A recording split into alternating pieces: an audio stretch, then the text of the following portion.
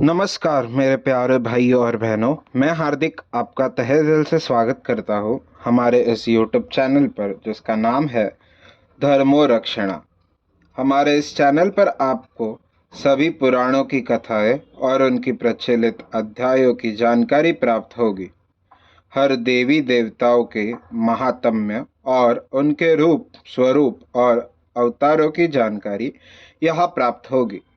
आशा करते हैं कि हमें आपका सकारात्मक प्रतिसाद मिलता रहेगा। हर हर महादेव। संहिता प्रथम खंड 17वां अध्याय पापी गुणनिधि की कथा। सूत जी कहते हैं, हे ऋषियों, तत्पश्चात नारद जी ने विनय पूर्वक प्रणाम किया और उनसे पूछा, भगवान भगवान शंकर कैलाश पर कब गए और महात्मा कुबेर से उनकी मित्रता कहाँ और कैसे हुई? प्रभु शिव जी कैलाश पर क्या करते हैं? कृपा कर मुझे बताइए, इसे सुनने के लिए मैं बहुत उत्सुक हूँ। ब्रह्मा जी बोले, हे नारद, मैं तुम्हें चंद्रमौली भगवान शिव के विषय में बताता हूँ। कांपिल्य नगर में यज्ञ दत्त दीक्षित नामक एक ब्राह्मण रहते थे, जो अत्यंत प्रसिद्ध थे। वे यज्ञ विद्या में बड़े पारंगत थे। उनका गुणनिधि नामक एक 8 वर्षीय पुत्र था।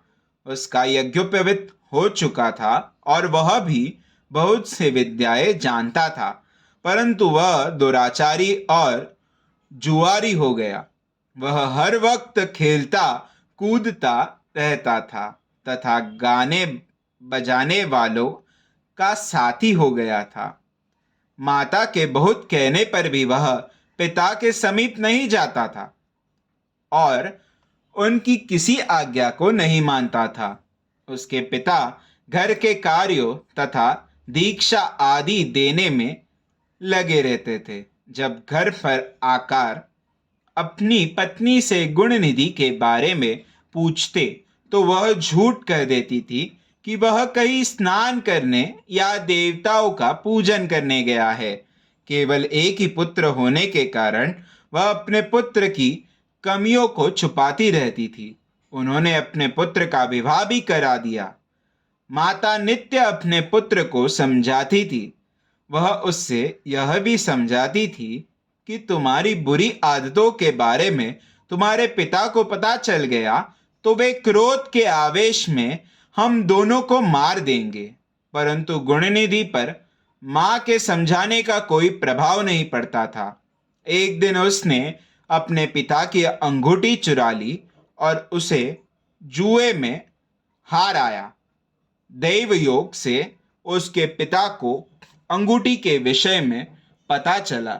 जब उन्होंने अंगूठी जुआरी के हाथ में देखी और उसे पूछा तो जुआरी ने कहा, मैंने कोई चोरी नहीं की है, अंगूठी मुझे तुम्हारे पुत्र ने ही दी है।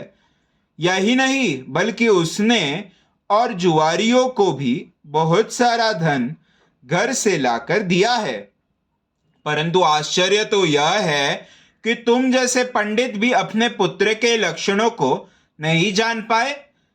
यह सारी बातें सुनकर पंडित दीक्षित का सिर शर्म से झुक गया। वह सिर झुकाकर और अपना मुंह ढककर अपने घर की ओर चल दिए। घर पहुंचकर गुस्से से उन्होंने अपनी पत्नी को पुकारा। अपनी पत्नी से उन्होंने पूछा, तेरा लाडला पुत्र कहाँ गया?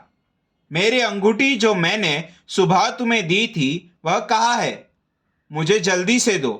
पंडित की पत्नी ने फिर झूठ बोल दिया, मुझे स्मरण नहीं है कि वह कहाँ है। अब तो दीक्षित जी को और भी क्रोध आ गया। वे अपनी पत्नी से बोले, तू बड़ी सत्यवादिनी है, इसलिए मैं जब भी गुणनिधि के बारे में पूछता हूँ तब मुझे अपनी बातों से बहला देती है।